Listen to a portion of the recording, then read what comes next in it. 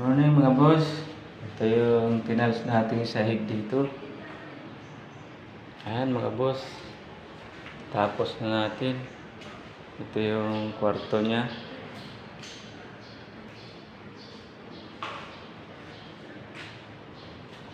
Ito yung pinakasala.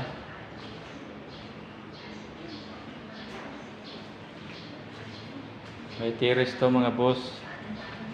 Ito yung pinaka-terrace niya mga boss. Hindi pa tapos yung gate ay yung grills mga boss.